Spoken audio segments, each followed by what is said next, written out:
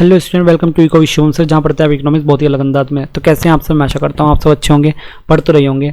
आज की जो हमारी वीडियो है ये बेसिक इकोनॉमिक्स से रिलेटेड है, जो कि माइनर का MG KVP यूनिवर्सिटी का माइनर का पेपर है बेसिक इकोनॉमिक्स। तो हमने ये 51 तक कर ली थी, जो हमने लास्ट वीडियो में करी थी ये 51 तक कर ली थी।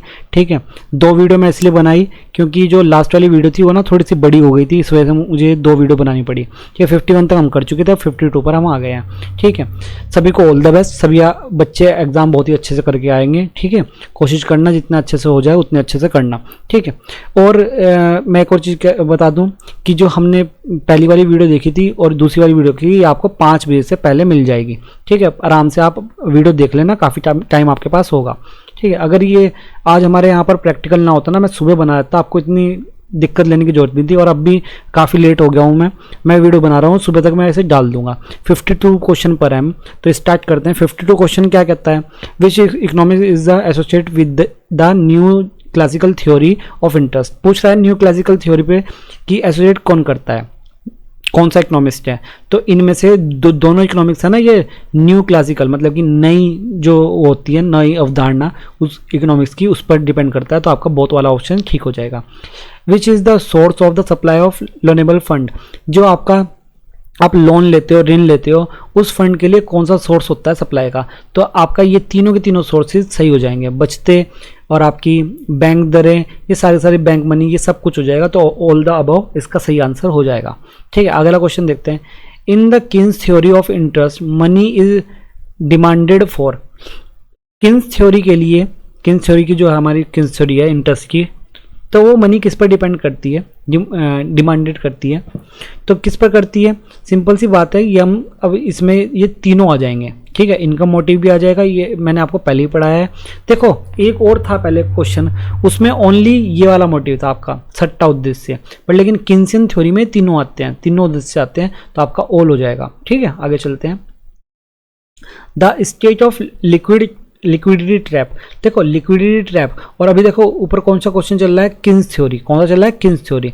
तो ये देखो लिक्विडिटी ट्रैप किससे जुड़ा हुआ है? किन्स थ्योरी से जुड़ा हुआ है। मैं बता रहा हूँ इस ट्रिक से ना, ये जो मैं ट्रिक समझा रहा हूँ आपको, इस ट्रिक से आप बहुत सारे आंसर सही करके आने वाले हो। ठीक है, ये ट्रिक बहुत ही काम की होती है, क्योंकि ज़्यादातर मैं कह रहा हूँ कि हमेशा तो नहीं चलती, पर लेकिन हाँ ये मान के चलिए ज़्यादातर ये ट्रिक चलती है।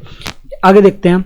To whom modern theory of interest, modern theory of interest is associated. देखो मॉडर्न जो थ्योरी है, अगर इसमें किन्स होता तो देखो फिर ट्रिक खराब हो जाती। क्यों खराब हो जाती? क्योंकि जो मॉडर्न थ्योरी इंटरेस्ट की है, जो मॉडर्न थ्योरी वो क्लासिकल थ्योरी से जुड़ा हुआ है, याद रखना।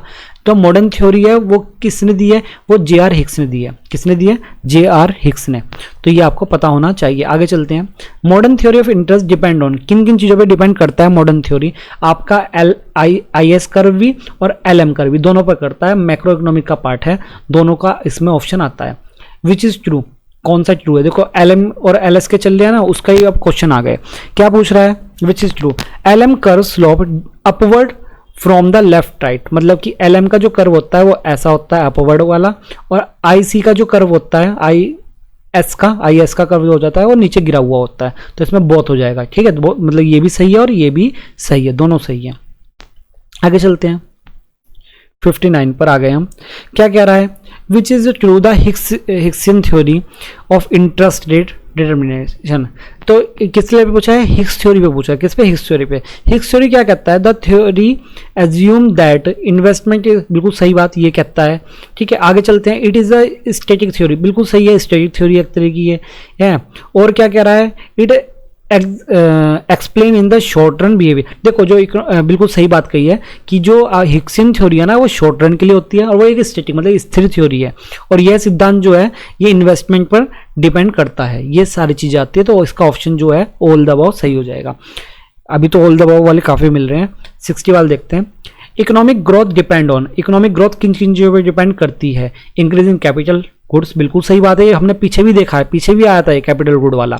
लेकिन साथ में देखो टेक्नोलॉजी पर भी तो डिपेंड करेगी। अगर टेक्नोलॉजी बढ़ेगी तो ग्रोथ भी बढ़ेगी, बिल्कुल सही बात है। Increase in labour force, labour force बढ़ाओगे आप तो ग्रोथ भी बढ़ेगी, क्योंकि लेबर की भी तो इनकम बनेगी ना। तो इसका ऑल ऑप्शन आपका सही हो जाएगा। ठीक है, देखो क्वेश्चन भी आपको रिपीटेड मिल सकते हैं, पर हमारी यूनिवर्सिटी में तो यह बहुत हुआ था इस बार कि रिपीटेड क्वेश्चन बहुत आए थे। ठीक है, आगे पढ़ते हैं। 61 पर आ गए हम। 61 का क्या कह रहा है, economic development depend on, economic development किसकी जो डिपेंड है, बहुत ही अच्छे क्वेश्चन है। देखो इकोनॉमिक ग्रोथ वाले और इकोनॉमिक डेवलपमेंट वाले आप ना थोड़ा बहुत भी हिसाब लगाओगे ना, थोड़ा बहुत भी हिसाब लगा के करोगे हो जाएंगे। क्या पूछ रहा है, इकोनॉमिक डेवलपमेंट किन चीजों पर डिपेंड करता है, ओनली इकोनॉमिक फैक्टर पर या ओनली नॉन इकोनॉमिक फैक्टर। अब देखो ये गड़बड़ कर दी इसने क्वेश्चन में।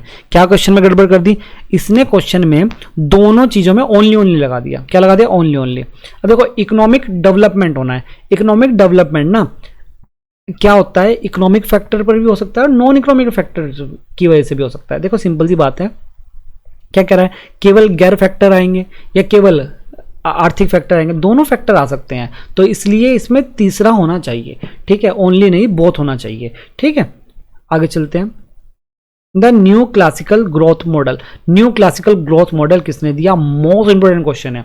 ठीक है, बहुत ही अच्छा क्वेश्चन है और बहुत ज्यादा आने वाला क्वेश्चन है। और मैं सच बताऊं एमए के जो पेपर बने थे ना हमारे यहाँ, उसमें क्वेश्चन बार बार आया है। ठीक है, हमने भी जो बनाए थे उसमें भी चीजें आई थी, तो ये क्वेश्चन मोस्ट इंपोर्टेंट है। ठीक है, तो ये क्या चीज़ है, ये आपको दोनों मिलेंगे, आयरन शोवर भी मिलेंगे और साउंड भी मिलेंगे, दोनों मिलेंगे। दोनों के अलग अलग तरह के मॉडल हैं। न्यू क्लासिकल ग्रोथ मॉडल्स में अलग अलग तरह के मॉडल हैं और बहुत सारे मॉडल हैं। ठीक है, तो इनमें दोनों मिलेंगे, तो आपका बहुत आंसर सही हो जाएगा।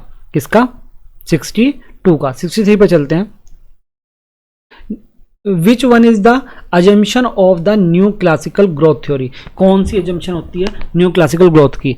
ये वाले क्वेश्चन तो सारे के सारे ऐसे आए, सब में ही ओल्दा लग गया। चलिए देखते हैं क्या क्वेश्चन है। Constant return to scale, new classical का पूछ रहा है ना एजम्पशन। हाँ, कांस्टेंट रिटर्न टू स्केल सही बात है, होता है। Perfect competition new classical growth theory में। और तीसरा कंप्लीट इंफॉर्मेशन। अब इसमें ये क्या दे दिया, देखो पहला और तीसरा तो आएगा, लेकिन दूसरे में मुझे थोड़ी गड़बड़ लग रही है। दूसरा तो गड़बड़ लग रही है, पर लेकिन अगर दो आ गए हैं तो फिर हमें ऑल करने पड़ेंगे। क्या करने पड़ेंगे, फिर ऑल करने पड़ेंगे, कि दूसरा परफेक्ट कंपटीशन पूर्ण प्रतियोगिता, मुझे पूर्ण प्रतियोगिता में गड़बड़ लग रही है। पर लेकिन हाँ, पहले और तीसरा तो होगा, इस वजह से ऑल द अबाउ तो होगा। ठीक है, अब दो हो गए तो अब क्या करें, फिर आगे चलते हैं। ए शोवर, अब देखो शोवर जो था ना, सोलो वाला, सॉरी सोलो जो था ना, उसके बारे में पूछ रहा है कि उसका अधिशेष है क्या। ठीक है, आगे देखते हैं। द मेजर ऑफ, नहीं ये वाला नहीं था बिल्कुल भी। मेजर ऑफ आर, ये तो नहीं था। दूसरा क्या कह रहा है, the part of the growth which is the explain by the, सही है। जो आपका सोलो था ना, उसने यही चीज कही थी कि पार्ट ऑफ द ग्रोथ, जो ग्रोथ है पार्ट की, which is the explain by technological process, मतलब कि हम इसे टेक्नोलॉजिकल प्रोसेस से व्यक्त कर सकते हैं। तो ये वाला बताया था किसने, सोलो ने। ये आपका एमए के उसमें बहुत ज्यादा पूछे जाते हैं। चलिए आगे चलते हैं। National income is measure by, ये क्वेश्चन आपका बेसिक इकोनॉमिक्स में और इंडियन इकोनॉमी दोनों में पूछा जाता है। देखो नेशनल इनकम का ना अलग से ही पार्ट बनता है और इंपॉर्टेंट होता है।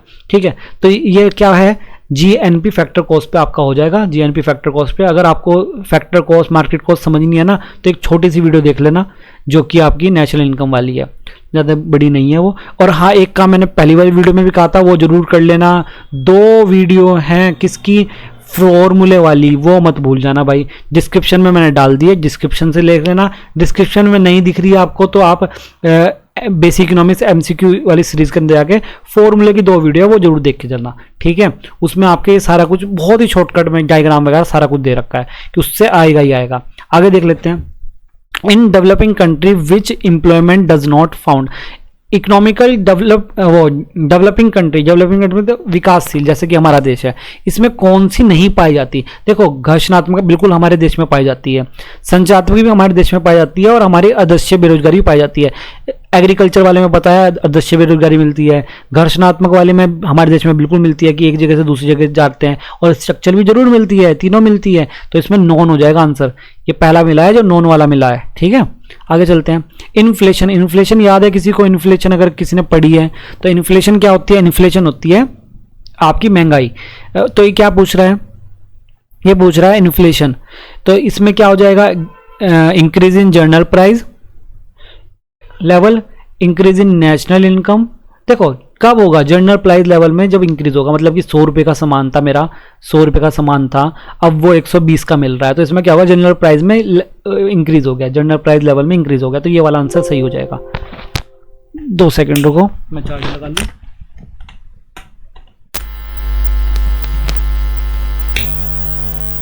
तो कौन सा सही हो जाएगा? ए वाला आपका सही हो जाएगा। आगे चलते हैं 68 पर। तो remove the unemployment Keynes suggestion. Unemployment को दूर करने के लिए, मतलब बेरोजगारी को दूर करने के लिए किन्स ने क्या सजेशन दिए थे? बहुत सिंपल सा दिया था। किन्स का नाम आते ही एक इफेक्टिव डिमांड आता है किन्स के, उसमें अगर आपने पढ़ा है तो इंक्रीज इन इफेक्टिव डिमांड आपको सीधा सीधा पता चल जाएगा। ठीक है।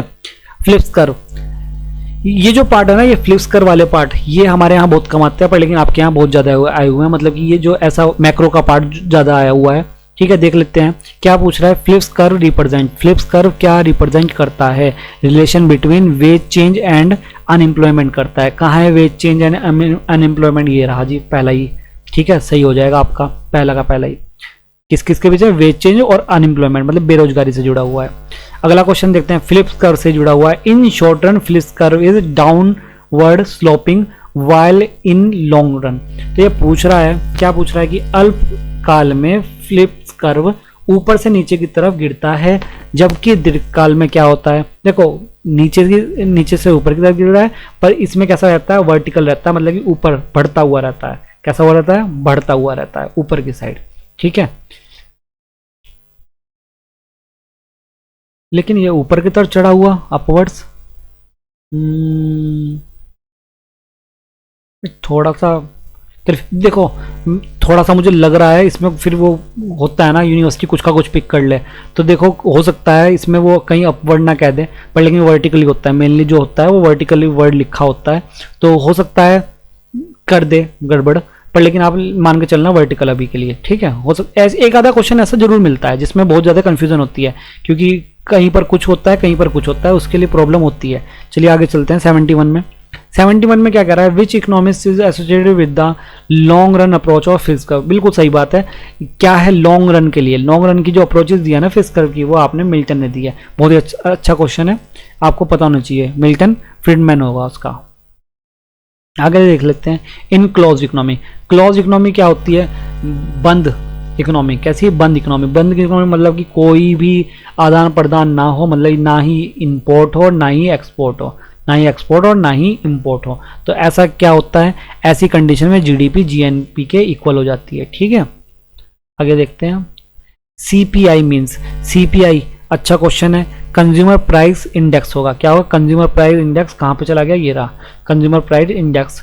तो जो सेकंड पार्ट है वो कंज्यूमर प्राइस इंडेक्स आपका सही हो जाएगा। आगे देखते हैं, which is the method of measuring of the national income. National income वाली वीडियो अगर आपके पास टाइम हो, मुझे लगता नहीं होगा, ये वीडियो आपके पास पहुंच जाएगी सुबह 5 बजे तक, और आपके पास अगर समय बच रहा हो तो आप देख लेना। मैं बता दूंगा इस वीडियो के एंड में ना, आपको थोड़ा सा इंस्ट्रक्शन में दे दूंगा इस वीडियो के एंड में। तो ये तीनों के तीनों मेथड बिल्कुल सही है।